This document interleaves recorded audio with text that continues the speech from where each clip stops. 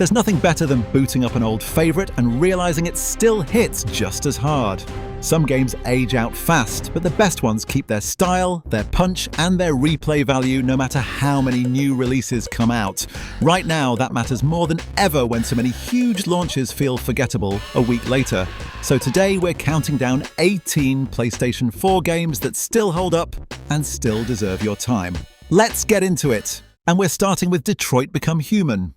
Okay, so this game gets talked about a lot for its branching narrative, but I don't think people always appreciate just how many moving parts are actually happening under the hood here.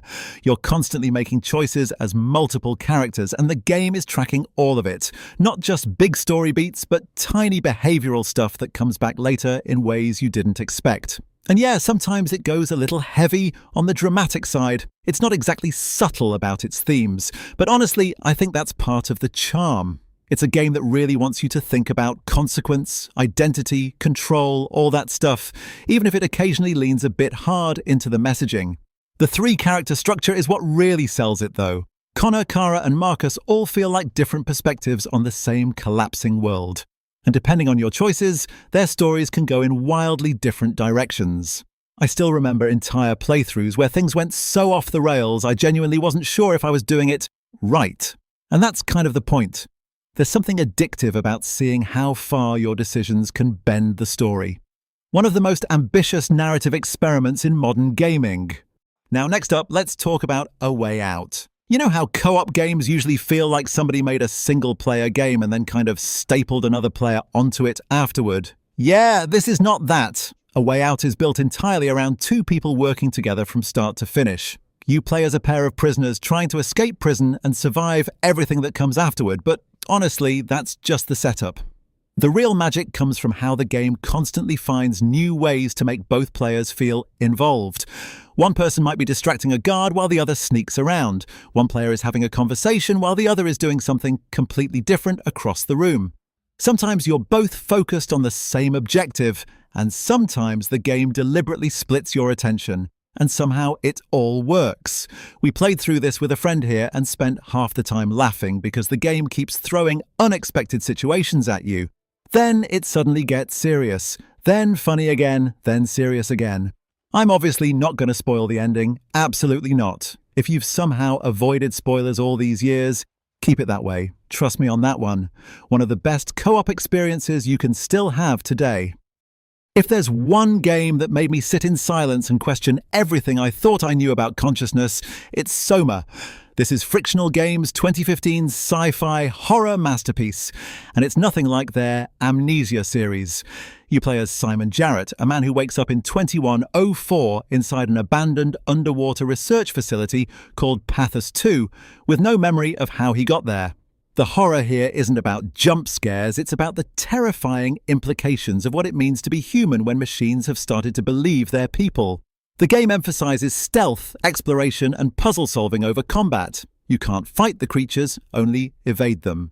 Some players find the gameplay repetitive, calling it a glorified walking simulator, but honestly, the story more than makes up for it. Conceptually, it's one of the most interesting horror games ever made. It holds an overwhelmingly positive rating on Steam, with over 40,000 reviews. The game recently got a Nintendo Switch release last year with a free Switch 2 upgrade featuring improved resolution and faster loading times. That ending still haunts me. Coming in next, I'm sure you've probably heard of this one, but it is Firewatch, known as one of the major pillars of the so-called walking simulator genre.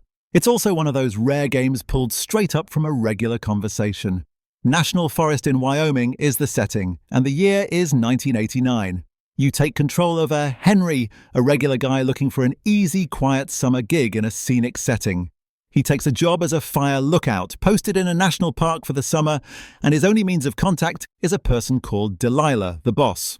As Henry explores the national park, tending to regular everyday problems, he begins to pick up on a strange eavesdropping presence, leading Henry and Delilah to believe that something's not quite right in that forest. The park is presented as a simple open world, yet there's plenty to see and do. The undeniably gorgeous world may tempt players to divert their attention from the main task to explore more, and to no surprise, it's always a welcoming task. The unfolding mystery and the relationships between Henry and Delilah really are the driving force through the game. It's a compelling mystery of a game that engages sensibility at every step. A beautifully crafted accomplishment of a game that should definitely be recommended. Next up is a game that completely redefined what an indie title could achieve: Hellblade: Senua's Sacrifice. This is Ninja Theory's dark fantasy masterpiece from 2017, and I'll never forget my first playthrough with headphones on, which the game practically demands. You step into the worn boots of Senua, a Celtic warrior who journeys into the Norse underworld of Helheim to save the soul of her dead lover. But this isn't your typical hack and slash. Ninja Theory worked closely with neuroscientists and mental health specialists to portray Senua's psychosis with staggering authenticity. The result is an experience where the voices you hear in her head aren't just ambience. They react to everything you do, guiding you, mocking you, and sometimes lying to you. The combat is brutal and raw, and while some critics found it repetitive, the tension it creates is undeniable. The binaural audio is so immersive that you'll find yourself looking over your shoulder. It won 5 BAFTA awards, including Best Performer for Melina Jurgen's incredible motion capture performance. The game runs about 7 to 9 hours, and it's one of those rare experiences that stays with you long after the credits roll. And last year it received a free PS5 upgrade with ray tracing and 120 frames per second support, making it the perfect time to experience this modern classic. Coming up next is Titanfall 2. Honestly, we really have to include this game because it's basically the gold standard for how a modern shooter should feel, and it still holds up perfectly today. I mean, the way it blends pilot movement with giant mech combat is it's kind of unparalleled, you know? The whole game is built around this loop of high-speed parkour and then suddenly dropping a literal tank from the sky to pilot. Speaking of parkour, the movement is so fluid. You're wall running and double jumping, and it just feels like you're dancing through the levels. The story is actually surprisingly heart-wrenching, focusing on a rifleman who basically inherits a Titan after a mission goes sideways. You really grow to love BT. He's this dry, literal-minded AI, and the bond between man and machine is the emotional core of the whole thing. The worlds you visit are these massive, industrial frontier planets that feel lived in and incredibly scale-accurate. And the combat? Man, the gunplay is snappy. But when you're in the Titan, the sheer power trip of those core abilities is just addictive. Even though it came out years ago, the polish on the animations, especially the Titan embarking sequences, is still some of the best in the business. It's got this great industrial sci-fi art style that uses lighting so well to guide you through these otherwise chaotic environments. You also can't ignore the sound design, from the mechanical thud of a Titan's footstep to the sharp ping of a successful headshot. Seriously, if you haven't played this yet, you're doing yourself a disservice because it's a masterclass in linear level design. Next on the list, it's Horizon Forbidden West. I have to start with the visuals. On PC, this is arguably one of the best-looking games on the market. The particle effects, the lighting, the robot dinosaurs, it's a technical showcase that will make your graphics card cry tears of joy.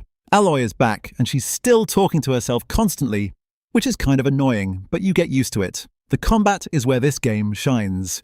You have so many tools at your disposal: a disc that bounces between enemies, a grappling hook, a shield wing, and a whole arsenal of elemental arrows and traps. Fighting a Thunderjaw is a puzzle you have to solve on the fly, tearing off its armor plates one by one until you hit the weak spot. The world is massive, maybe too massive for its own good, and there's a lot of busy work on the map. But the high points are really high. If you love fighting big monsters and exploring lush, vibrant biomes, this is a feast for the senses. Just maybe turn off the quest markers in the HUD for a better experience. Next on the list, if you missed the days when games were unapologetically video games, Devil May Cry 5 is practically a miracle. The combat is built entirely around looking as cool as humanly possible, rewarding you with higher letter grades for mixing up your attacks rather than button mashing.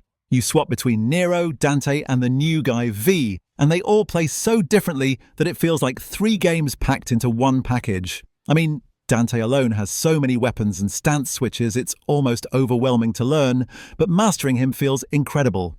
It runs on the RE engine, which usually powers horror games, so the photorealistic character models look wild next to the bizarre demon designs. The music actually changes dynamically based on your style rank, pumping up the volume the better you perform, which is such a hype mechanic. The whole vibe is peak camp, full of slow-motion intro scenes and one-liners that are so cheesy they loop back around to being cool. Plot-wise, it wraps up the Sons of Sparta saga, bringing back Virgil for a showdown that fans had been waiting literal years to see. Traversal is slick too, whether you're using Nero's robot arm to zip around or trick steering through the air. It is incredibly polished, somehow maintaining a solid frame rate even when particle effects fill up the entire screen. There is no other game that lets you kill demons with a motorcycle that splits into two chainsaws. It sets the gold standard for character action games and proves the genre is very much alive. Next up, Doom Eternal is basically what happens when you take a regular shooter and inject it with pure, unfiltered adrenaline. I mean, the movement here is absolute insanity. You're dashing, swinging on monkey bars, and double jumping like the floor is actual lava, which I guess sometimes it actually is. It demands this specific rhythm, right? A flow state where if you stop moving for even a single second, you are dead meat. The combat loop is aggressive too. You aren't hiding behind cover. You're ripping demons apart to get health and ammo back, which is such a brilliant way to force you into the fight. Visually, it looks metal as hell, literally, with these vibrant, neon-soaked hellscapes that somehow run buttery smooth even when the screen is completely full of explosions. And the music is basically a weapon itself, syncing up with your glory kills in a way that makes you feel like an unstoppable force of nature. The story is there, sure, with some deep lore about the Doom Slayer, but let's be real, we're here to crush cacodemons, not read codex entries. It's technically polished to a shine, rarely dropping a frame, which is crucial when the game moves this fast. You know, other games try to copy this push-forward style, but nothing else really nails the sheer ferocity of Eternal. It is stressful, sweaty, and absolutely exhausting in the best possible way. If you haven't played this, you are missing out on the absolute peak of single-player FPS design. Coming in next, it's Uncharted 4. Nathan Drake's final chapter is one of those rare sequels that actually manages to outdo everything that came before it. You know, it really cements his legacy because the story moves away from simple treasure hunting and dives into the heavy reality of his marriage and his past. This deeper focus on characters makes the tone feel way more grounded, especially when his brother Sam shows up and pulls him back into the life he tried to leave behind. Because the stakes are so personal, the world feels more intense, taking you from the rainy cliffs of Scotland to the sun-drenched plains of Madagascar. These locations look absolutely incredible, and I mean the lighting and the way the foliage moves makes you want to stop and stare at the screen for an hour. Moving through these environments feels better than ever, especially since the rhythm of climbing and sliding is broken up by a new grappling hook. That hook isn't some gimmick, it actually feeds directly into the combat mechanics by letting you swing across ruins to get the drop on mercenaries. Gunfights have this amazing identity where you're constantly swapping between stealth in tall grass and high-speed chases. It all sounds so visceral, with the crack of a pistol or the roar of a Jeep engine adding so much to the immersion. You can tell the design detail is through the roof because even the mud on your tires or the way Nate's clothes get wet feels intentional. What makes it stand out is how all these parts work together to create a cinematic experience that never lets up. If you're a new gamer, playing this is a must because it's the peak of linear storytelling. It leaves such a lasting impression that by the time those credits roll, you feel like you've lived through an entire lifetime of adventure.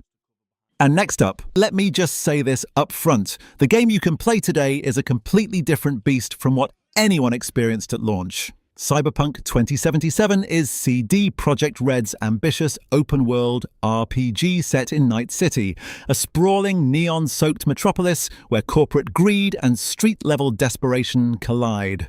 You play as V, a mercenary trying to make a name for yourself, and the story kicks off when a routine heist goes horribly wrong, leaving you with a biochip in your head that's slowly overwriting your consciousness with the engram of Johnny Silverhand, the iconic terrorist rocker boy played by Keanu Reeves. That relationship between V and Johnny is the emotional core of the entire experience, and Reeves absolutely nails the performance. Johnny is charismatic and infuriating in equal measure. Night City itself is one of the most detailed open worlds ever created, filled with stories waiting to be uncovered. The main story clocks in around 25 hours, but I took nearly 80 on my first playthrough because I kept getting distracted by side gigs and character quests. The Phantom Liberty expansion with Idris Elba is genuinely some of the best content CD Projekt Red has ever made. It's a spy thriller that rivals anything in the main game.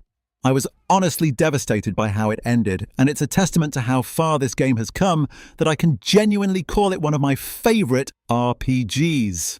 Next up is Disco Elysium, and man, this one ended up being the biggest surprise of my gaming life.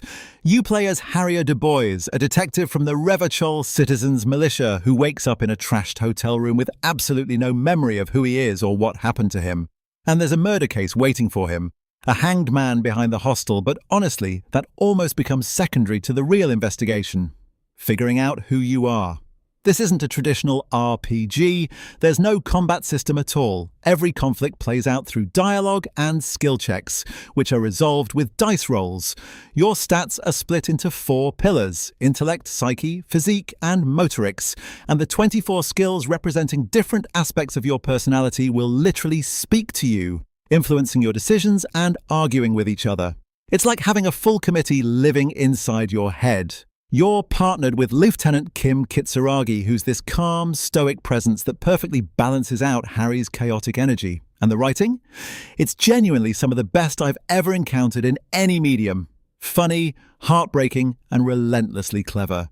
Some players find the pacing slow or the ending anticlimactic, and I get that criticism. But for me, Disco Elysium is the kind of game that makes you feel like you've actually lived in its world, and I still think about it constantly. Okay, this next one I fell in love with the second I saw the trailer. NieR Automata is Platinum Games' action RPG masterpiece, and it's one of those rare experiences where the gameplay and the story are working together to say something profound about existence. You step into the boots of 2B, an android soldier fighting in a proxy war between the remnants of humanity and an army of machines that have taken over Earth. The combat is classic Platinum, fast, fluid, and incredibly satisfying. But what makes this game truly special is how it uses its narrative structure. After you beat the game for the first time, you're not done. You're not even close.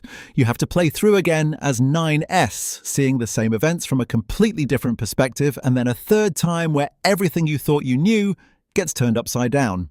There are 26 endings total, and 5 of them are essential to understanding the full story. I wasn't a big fan of the combat at first. It just didn't click for me, but the more I played, the more it grew on me, and by the time I reached ending E, I was completely wrecked in a way that felt earned. It's a game about finding meaning in a meaningless world, and honestly, I still think about how it ended. Now, next up, we have God of War Ragnarök. The sequel to 2018's masterpiece had impossible expectations, and somehow Santa Monica Studio delivered. Ragnarök picks up with Fimbulwinter in full swing, and Kratos and Atreus trying to prepare for the prophesied end of the world, while every god in the 9 realms wants them dead. What makes this story so special is how it subverts expectations at every turn. This isn't just a revenge quest, it's a story about breaking cycles of violence, about a father learning to trust his son, and a son learning to forge his own path. The character writing is on another level, with even minor characters like Sindri and Brock getting arcs that will absolutely destroy you. Christopher Judge and Sonny Suljic deliver performances that should be studied in acting classes. The scope is epic, but the heart is intimately human, and the ending is about as perfect a conclusion to the Norse saga as I could have hoped for. It outshines its predecessor in almost every way. Next up, we have Ghost of Tsushima. If you want a game that looks like a painting come to life, this is it. But it's not just about the wind blowing through the grass, which, by the way, is a genius way to navigate the world instead of a minimap. It's about the feel of the combat. Jin Sakai is a samurai, and the swordplay is crispy. You've got your stances you need to swap between, depending on what enemy you're fighting, and the animations are so clean. What makes Tsushima special is the internal conflict. Do you fight like a samurai with honor, facing your enemies head-on, or do you become the ghost, using stealth and poison, tactics that are effective but dishonorable? The game makes you feel that weight, and on PC it looks absolutely stunning, running like a dream while making great use of the DualSense controller if you're into that. Plus, the sequel Ghost of Yotei is already out, and people are saying it improves on everything, so now is the perfect time to see where the series started. It's a lean, mean, open-world samurai epic that doesn't overstay its welcome. So next up we have The Witcher 3. Yeah, it's an old game at this point, but it's old for a reason. It's still the bar for side quests. Most open-world games give you filler garbage, like collect 10 wolf pelts, but here every side quest is a mini-story. You'll be looking for a frying pan for an old lady, and it leads you to a serial killer or a haunting that makes you question your morals. The combat is fine. It gets the job done. It's nothing revolutionary, but the writing carries the entire experience. The world feels gritty and lived in, not like a theme park. And the two DLCs, Hearts of Stone and Blood and Wine, are better than most full-priced games. If you're one of the few people who hasn't touched this since 2015, there's a next-gen update that makes it look pretty modern, plus Gwent. The in-game card game is so good it became its own standalone thing, and I probably spent more time playing that than actually hunting monsters. This is the gold standard for storytelling in an open world. Next up, we have Resident Evil 4 Remake. Capcom really knocked it out of the park by taking one of the most beloved horror titles ever and making it feel terrifyingly new. Leon Kennedy is back as this weary, skilled agent sent to a desolate Spanish village, and his evolution from that rookie cop in the previous games adds so much weight to the story. This darker tone is supported by some of the most grotesque and detailed art direction I've seen, where every damp castle wall or foggy forest trail looks incredible in the RE engine. You're constantly moving through these environments, and I mean, being able to walk and aim at the same time completely changes the pacing and rhythm of the exploration. Core combat mechanics have been refined to feel punchy and responsive, especially with the addition of a knife parry system that lets you deflect a literal chainsaw if your timing is right. That gameplay identity centers on making split-second decisions under immense pressure while managing a very limited inventory. Sound design plays a massive role in building that tension, and I mean, hearing the distant, muffled chanting of the villagers is enough to make anyone's skin crawl. The world feels lived in and menacing, with a level of design detail that ensures no two encounters ever feel exactly the same. What makes this version stand out is how it balances that over-the-top action legacy with a sense of genuine dread that never lets up. Every new gamer should start here because it's a masterclass in how to modernize a classic without losing its soul. It's the kind of experience that leaves a lasting impression, you know? Making you want to jump right back in for a second run the moment the credits stop rolling. And finally, it's one of our favorites here. It's Red Dead Redemption 2. This is the slowest game on this list, bar none. Arthur Morgan walks like he's knee-deep in molasses, skinning an animal takes a full 10-second animation, and riding your horse across the map takes actual, real-life minutes. But that's the point. Rockstar created a world that lives and breathes without you. The NPCs have routines, they recognize you, they talk to each other. It's not a game you rush, it's a world you inhabit. And it still looks better than most games coming out today. The lighting, the volumetric fog, the mud on Arthur's boots, it's a technical marvel. The story is a tragedy, and I'm not ashamed to admit I cried at the end. The biggest complaint is that the mission design is rigid. If you step 1 foot off the path, you fail the mission. But the free roam is where the magic happens. You're hunting a legendary bear. You get ambushed by the O'Driscolls. You help a stranger get his horse back. You get into a shootout in a town, and suddenly it's 3 hours later and you forgot what you were doing. That's Red Dead 2. It's a masterpiece of atmosphere and detail.